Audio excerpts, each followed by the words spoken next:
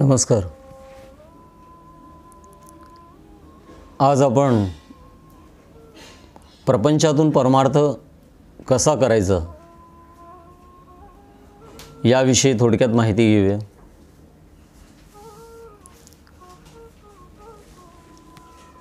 प्रपंच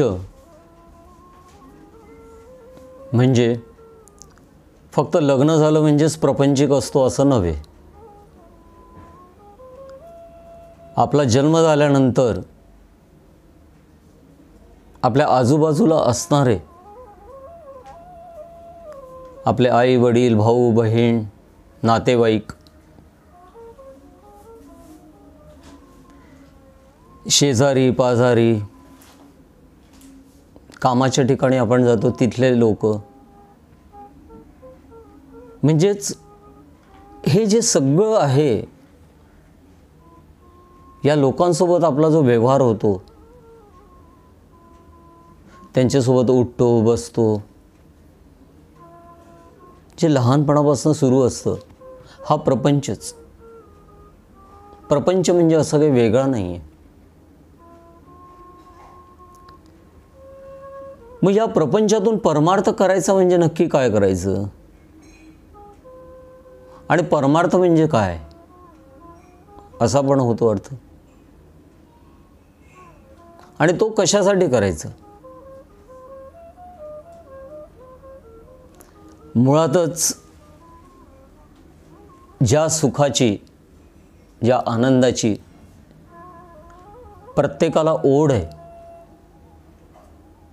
ते सुख, ते आनंद प्रपंचातून मिळत नाही. कारण की त्याला लागणारा जो भाव आहे तो भाव जोपर्यंत निर्माण होत नाही तोपर्यंत आपल्याला तो आनंद या सर्व ठिकाणाहून मिळू शकत नाही. भाव अवस्था, कारण की प्रपंचामध्ये आहे ती भावना, आणि भावना या षडरिपुयुक्त आहेत. म्हणजे ज्यामध्ये काम, क्रोध, मोह, मद, मत्सर यांच्या रिलेटेड ज्या गोष्टी घडत असतात यांच्या माध्यमातून, त्या सर्व आहे भावना. भावनेपोटी. आणि असा भावनेपोटी हा आपला प्रपंच सुरू असतो. तो भावनेपोटी असल्यामुळे त्यातच आपल्याला सुख दुःख, म्हणजे या क्षणाला माणूस आनंदी असतो, सुखी असतो, तर दुसऱ्या क्षणाला तो दुःखी होतो. म्हणजे आपल्या आजूबाजूला घडणाऱ्या सर्व प्रसंगांवर त्याचं मन, त्याची बुद्धी, त्याचा जीवात्मा जो आत्मा आहे तो, त्याच्यावर परिणाम होतो. चांगला प्रसंग घडत असताना त्या चांगल्या याच्यात तो रमतो तेव्हा, आणि त्याला तेच सत्य वाटतं. प्रसंग बदलला की तेच त्याला सत्य वाटतं. म्हणजेच देहाच्या बाबतीमध्ये ज्या ज्या घटना घडत आहेत त्या त्याला सत्य वाटतात. आणि यातून हा प्रपंच तो करत असतो. त्याच्यामध्ये दुःख असतात, ते दुःख पण तो सोसतो. सगळ्या गोष्टी तो करत असतो. आणि हे सातत्याने त्याचं चालू राहतं. पण ज्यावेळेस त्याला कळतं की नाही, मी आयुष्यभर एवढं करतोय,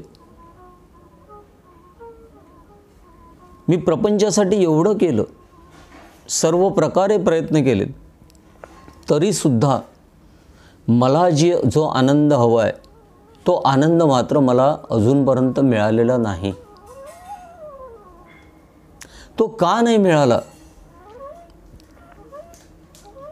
कारण की त्याच्या मनामध्ये दरवेळेस राहतं की असं व्हावं तसं व्हावं, पण त्याच्या मनाप्रमाणेच घडतं असं पण नाही. या गोष्टींमुळे त्याला जीवनातली प्रपंचातली कमतरता ही जाणवायला लागते की नाही, प्रपंच कुठेतरी कमी आहे.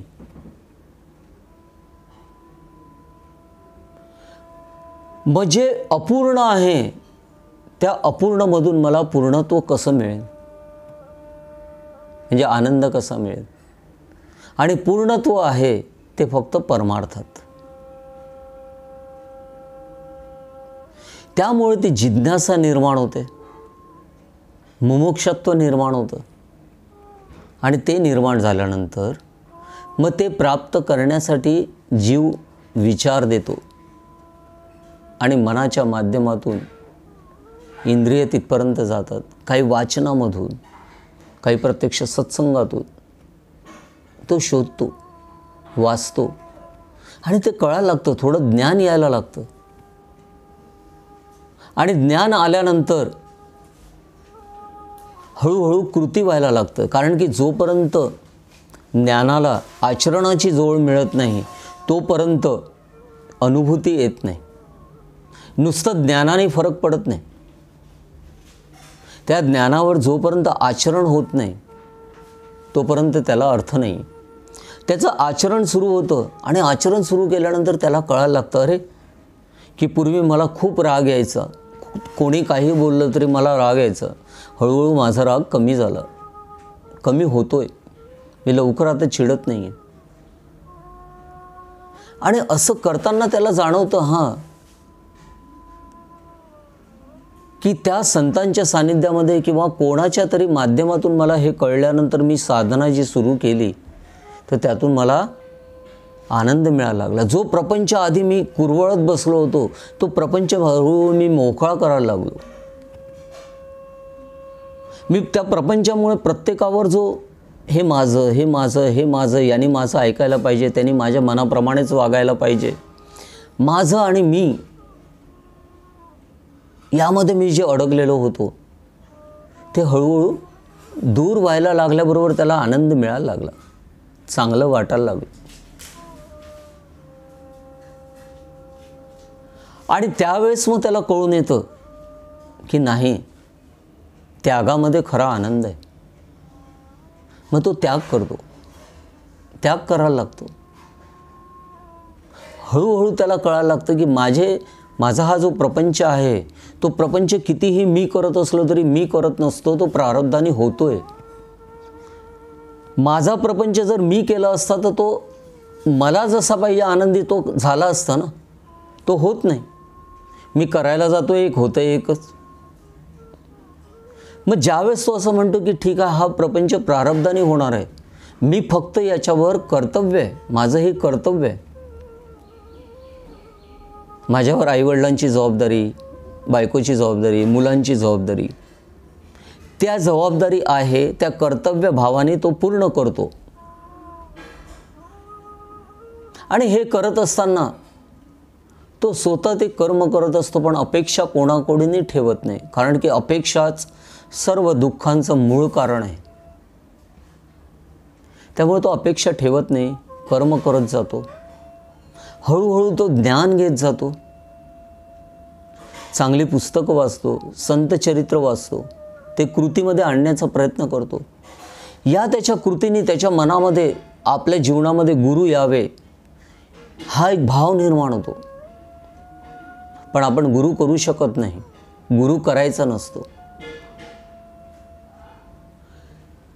या त्याच्या भावपूर्ण विचारांनी, कृतींनी, आचरणाने त्याचं आचरण शिष्याप्रत होतं, शिष्यासारखं होतं. आणि त्याच्या जीवनामध्ये गुरु येतात, कोणीतरी मार्गदर्शक येतं. आणि मग त्याला ते सांगतात की अशा पद्धतीने वागायचं, असं वागायचं, तसं वागायचं. तो त्यांच्या मार्गदर्शनाने जगायला लागतो. आणि हळूहळू त्याला कळायला लागतं की अरे प्रपंच आता पहिलेपेक्षा पण चांगला होतोय, त्या प्रपंचामध्ये मला दुःख होत नाही आहे, पण प्रपंचाची आसक्ती पण नाही आहे. जो आसक्तीपूर्ण पहिला प्रपंच होता तो माझा दूर झाला ना. माझ्याकडून मी ज्या अपेक्षा करत होतो लोकांकडून त्या माझ्या दूर झाल्यामुळे माझ्या अपेक्षेपेक्षा सुद्धा ते चांगले वागतायत. आणि यासोबतच माझा परमार्थ पण चालायला लागला. परम अर्थ, माझ्या जीवनाचा जो परम अर्थ आहे की तो ईश्वरापर्यंत जाण्याचा, तो सुद्धा चालू झालाय. तर हा करत असताना कर्तव्य भावनेने तो सगळ्या गोष्टी करत असतो. आपल्या जीवनामध्ये गुरु येईपर्यंत जे जे आपल्या घरामध्ये दैवत आहे, तर घरातले जे कुळाचार आहे, कुलधर्म आहे, त्याचं पालन करतो. वर्षातनं एक वेळ तरी कुलदेवतेला जाऊन येतो. घरामध्ये गणपती, महालक्ष्मी या तिथे स्थापित करतो, त्यांना ते उत्सव साजरे करतो. पण हे करत असताना भाव एकच असतो की माझा परमार्थ चांगला व्हावा. कारण की प्रपंच हा प्रारब्धाने होणारच आहे, त्याला त्यांचा आशीर्वाद मिळावा. जोपर्यंत म्हणतो ना आपण की मी प्रपंच करतो, तोपर्यंत प्रपंच हा चांगला होणारच नाही. पण तोच प्रपंच जर सद्गुरूंचा प्रपंच आहे, हा जर आपला भाव निर्माण झाला आणि करणारे तेच आहेत, मी फक्त माध्यम आहे, तर प्रपंच उत्तम होतो. आणि असा प्रपंच करता करताच आपली प्रपंचातून परमार्थिक उन्नती व्हायला लागते. आज हेच सांगण्यासाठी आज कितीतरी संत ज्यांनी प्रपंचामध्ये साधना केली आणि प्रपंचातूनच ते संतपदापर्यंत पोचलेत, असे कितीतरी संत आहेत. ते आदर्श आपल्या डोळ्यासमोर. त्यांनी ज्या प्रकारे त्यांनी पूर्ण प्रपंच केला, त्यांची नोकरी केली, समाजामध्ये ते त्या पद्धतीने वागलेत, सगळं केलं आणि आज ते मुक्त पदाला पण गेलेत. मग हे आदर्श आहेत आपल्या डोळ्यासमोर. म्हणून त्यांचे जीवन जे आहे त्याप्रमाणे आपण जगायला पाहिजे. आणि ते जगलो आपण तर आपला सुद्धा प्रपंच चांगला होईल, सुंदर होईल. पण हा जो प्रपंच आहे तो प्रपंच मी करत नाही आहे, तो ईश्वर माझ्याकडून करून घेतोय. मी ईश्वराचा प्रपंच करतोय. आणि घरामध्ये जितके आहेत, आई वडील भाऊ बहीण जे कोणी, या सगळ्यांची जबाबदारी माझ्यावर आहे आणि ते माझं कर्तव्य आहे. ते कर्तव्य असल्यामुळे मी त्या कर्तव्य भावाने करत राहणार, पण कोणाकडूनही अपेक्षा ठेवणार नाही. ही भावस्थिती.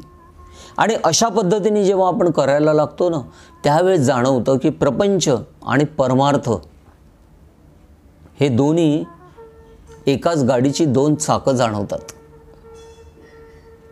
आणि दोन्ही प्रपंच आणि परमार्थ दोन्ही चांगला होत जातो. आणि हा जर आपल्याला चांगला व्हायचा असेल तर सर्वप्रथम प्रपंचामध्ये जी आसक्ती आहे ती आसक्ती दूर करा. प्रपंच हा कर्तव्याने करा. ज्याप्रमाणे मी पूर्वी सांगितलं सुरुवात करताना, प्रपंच म्हणजे घर नव्हे.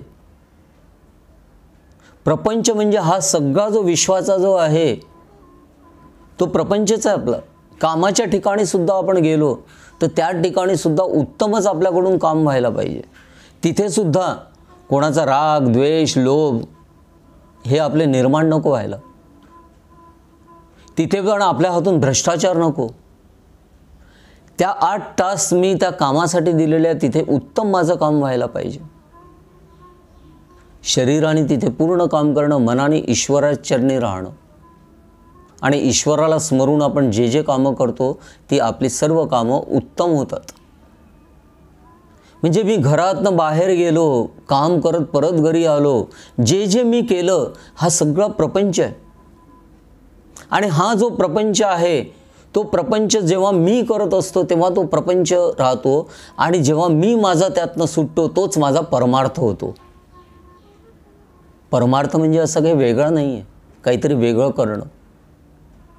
हा जो आहे सुरू प्रपंच, ज्यामध्ये मी आहे, त्यामध्ये आसक्ती आहे, मी माझं, हा स्वार्थ हा दूर झाला आणि त्या ठिकाणी ईश्वरी भावना आली, ईश्वर भाव आला ईश्वरासाठी, तर हाच प्रपंच परमार्थ होतो.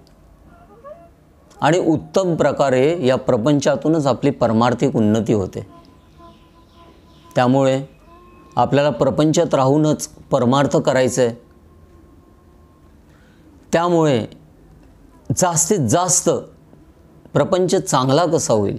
चांगला प्रपंच म्हणजे पैसे खूप कमवले, खूप चांगलं घर केलं, घरामध्ये गाडी बंगला वगैरे वगैरे सगळं आलं म्हणजे प्रपंच उत्तम असा नव्हे.